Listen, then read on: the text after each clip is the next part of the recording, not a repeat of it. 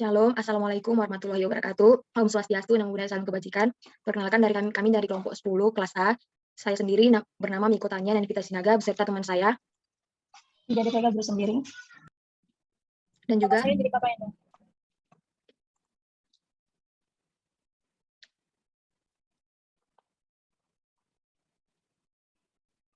Di sini kami akan mempresentasikan materi kami dengan judul Dampak Pengembangan Agropolitan Basis Jagung dan Partisipasi Masyarakat di Provinsi Gorontalo, kasus Kabupaten Pahuwato. Provinsi Gorontalo merupakan salah satu provinsi yang mengembangkan konsep agropolitan sebagai salah satu pendekatan dalam memacu pembangunan dan pengembangan wilayahnya. Sebagai salah satu provinsi baru, Gorontalo berkembang pesat dan menjadi salah satu provinsi yang diperhitungkan di kawasan timur Indonesia. Dilihat dari potensi sumber daya alam, Gorontalo memiliki potensi yang layak dikembangkan di bidang pertanian, peternakan, dan perikanan. Dalam upaya mempercepat pertumbuhan dan pengembangan wilayah, pemerintah Provinsi Gorontalo menetapkan 3 program unggulan yang diharapkan dapat memacu perkembangan sektor-sektor lainnya yang meliputi 1. Pengembangan SDM, 2. Pengembangan pertanian dengan menjadikan Gorontalo sebagai provinsi agropolitan, provinsi yang memiliki kompetensi di bidang pertanian, 3. Pengembangan ekonomi kelautan dengan sasaran peningkatan kinerja sektor perikanan dan pengembangan wisata pesisir. Juga ditetapkan sebagai daerah pengembangan agropolitan pada tahun 2002, Gorontalo mulai berbenah diri dimulai dengan penyusunan program dan sosialisasi di Tilamuta atau ibu kota Kabupaten Bualemo.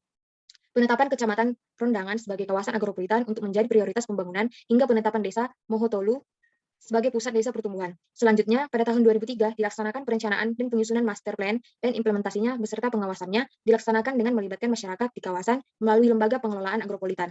Pemda setempat melalui tim Pokja, LSM, akademisi, dan swasta untuk mendukung usaha pertanian yang efisien yang dapat mempercepat pertumbuhan ekonomi. Diperlukan infrastruktur pendukung. Pembangunan infrastruktur yang telah dilakukan antara lain adalah peningkatan jalan poros desa, perbaikan pasar desa, pembangunan kios pasar, serta pembangunan peralatan dan prasarana pasar. Bagaimana kondisi daerah Gorontalo? Berdasarkan hasil studinya, Hastoso 2003 dalam Jakon dan kawan-kawan tahun 2009 mengemukakan bahwa pembangunan yang dilaksanakan di Provinsi Gorontalo masih menunjukkan adanya kesenjangan baik antar kabupaten atau kota dalam provinsi maupun antar kabupaten kota di Provinsi Gorontalo dan kabupaten kota di Provinsi Sulawesi Utara.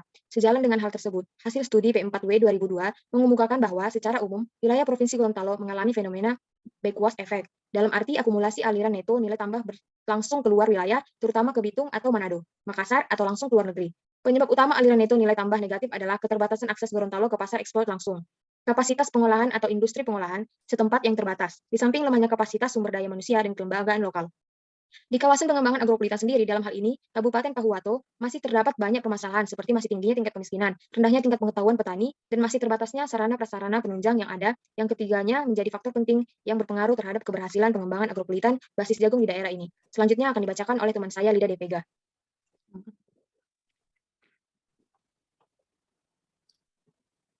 26 Pak slide-nya. Bagaimana dampak pengembangan agropolitan basis jagung dan partisipasi masyarakat di Provinsi Gorontalo? Kasus Kabupaten Pahuwato.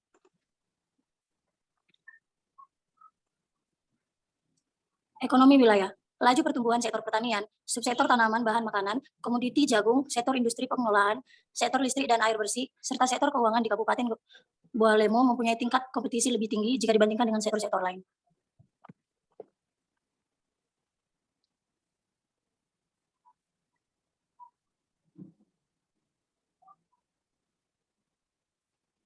Untuk tahun 2004 dan 2006, laju pertumbuhan berbagai sektor ekonomi di Provinsi Gorontalo sebesar 0,1502 yang berarti terjadi peningkatan jika dibandingkan dengan periode sebelum agropolitan. Yang kedua itu terdapat 7 sektor yang memiliki laju pertumbuhan ekonomi yang lebih besar daripada laju pertumbuhan total provinsi, yaitu sektor pertanian, subsektor tanaman bahan makanan, komoditi jagung, sektor pertambangan, sektor bangunan, sektor angkutan, dan sektor jasa. Yang ketiga itu sektor yang mengalami perubahan atau perbaikan kinerja adalah sektor pertanian, sektor bangunan, dan sektor pengangkutan. Selanjutnya setelah pengembangan agropolitan, periode tahun 2004 sampai dan 2006 terjadi perubahan tingkat kompetisi di Kabupaten Pahuwato dengan sektor pertanian dan turunannya atau subsektor tanaman bahan makanan dan komoditi jagung mengalami kinerja yang menurun. Sedangkan sektor-sektor tersier yaitu perdagangan, keuangan, dan jasa-jasa terjadi peningkatan kerja. Hal ini mengindikasikan bahwa ada saing sektor pertanian, tanaman bahan makanan, komoditi jagung, dan sektor pengangkutan di Kabupaten Pahuwato masih rendah. Masih analisis SSA menunjukkan bahwa setelah agropolitan terjadi pergeseran keunggulan kompetitif di Kabupaten Pahuwato dari sektor primer yang mengandalkan SDNA ke sektor tersier yang mengandalkan aktivitas ekonomi.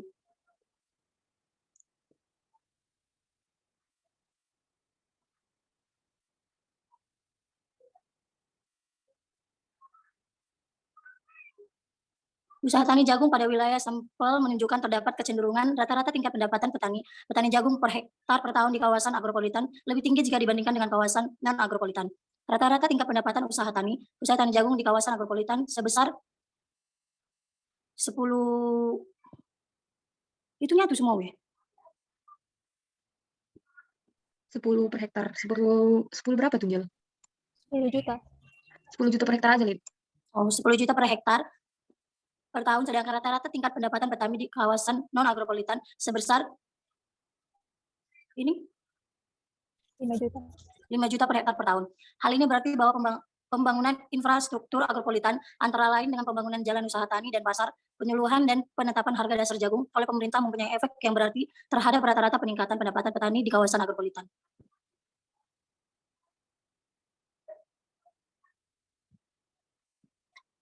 Dengan semakin intensifnya penyuluhan menyebabkan terjadinya alih teknologi di tingkat petani. Misalnya sebelum agropolitan petani masih menggunakan bibit lokal, setelah agropolitan terjadi pergeseran penggunaan bibit unggul dalam budidaya serta penggunaan pupuk yang berefek pada meningkatnya produktivitas jagung. Hal ini terjadi pada kedua kawasan, baik kawasan agropolitan maupun non-agropolitan. Selanjutnya, dengan pembangunan struktur penunjang seperti jalan, usaha tani, dan pasar di kawasan agropolitan menurunkan biaya produksi di kawasan tersebut. Yang kedua, ini tidak terjadi di kawasan non-agropolitan. Tidak tersedianya jalan usaha tani menyebabkan tingginya biaya produksi karena ongkos transportasi menjadi beban petani. Hal ini penting lainnya yang menyebabkan terjadinya peningkatan pendapatan adalah adanya intervensi pemerintah daerah dengan penetapan harga dasar jagung dan pembelian langsung oleh BUMD. Kebijakan ini menyebabkan harga jagung di tingkat petani tidak mengalami gejolak yang fluktuatif pada saat panen dan relatif stabil.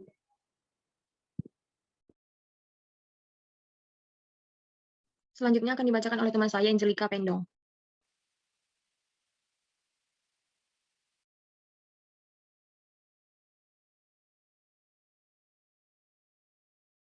Nah, kemudian partisipasi masyarakat di kawasan agropolitan jika yang diperoleh bahwa total skor untuk aspek komunikasi adalah 80,9 dan aspek pengetahuan masyarakat terhadap forum pengambilan keputusan dan kontrol terhadap kebijakan publik masing-masing adalah 74,8 dan 78,6.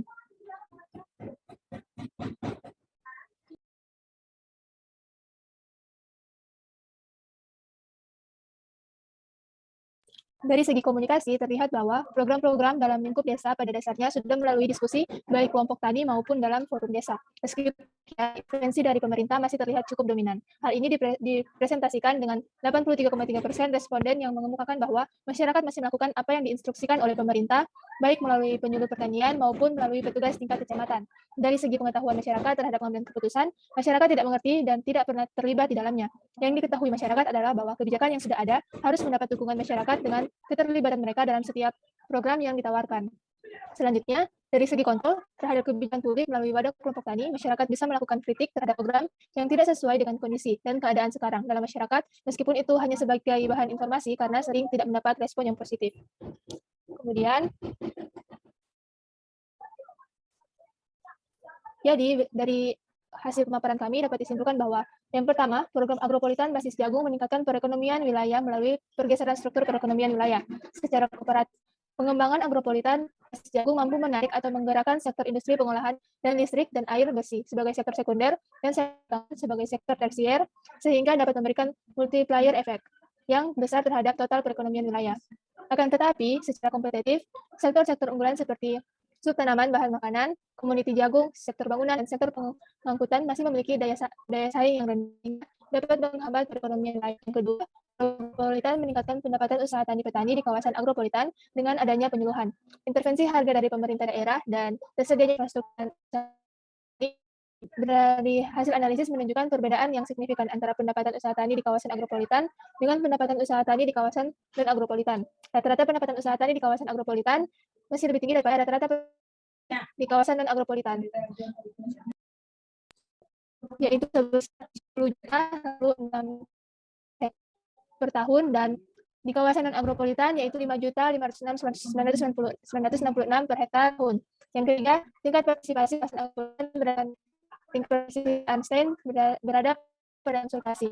Hal ini berarti bahwa partisipasi masyarakat masih sebatas pada taraf pelaksana saja karena masyarakat belum taraf perencana program. Program agropolitik sangat bersifat ataupun dan masih sangat dominan. Dari hasil diskusi kami, maka saran yang dapat diberikan yaitu hasil diskusi itu yang pertama, pengembangan petani menjadi sebuah asosiasi petani yang dapat menangani sektor hulu hingga sektor hilir agar nilai tambah tetap menjadi share petani. Kedua, dalam hal penyediaan screen kredit di kredit berbunga rendah untuk modal usaha petani. Yang ketiga, kebijakan pemberdayaan masyarakat perlu lebih ditingkatkan lagi dengan melibatkan masyarakat sejak proses perencanaan sampai proses monitoring dan evaluasi. Dan perlu adanya pendampingan yang efektif untuk setiap kegiatan-kegiatan produktif dalam masyarakat sampai masyarakat betul-betul menjadi masyarakat yang mandiri. Dan yang keempat, perlu adanya kerjasama dan koordinasi yang baik antar instansi dalam pemerintah maupun pemerintah dengan pelaku usaha dan masyarakat petani dalam mengembangkan agropolitan agar sarana-prasarana yang dapat dimanfaatkan dengan efisien. Sekian presentasi dari kami, terima kasih. Teman-teman diharapkan on cam semuanya. Lida. Sekian dari presentasi kelompok 10 kelas A. Kami mengucapkan terima kasih.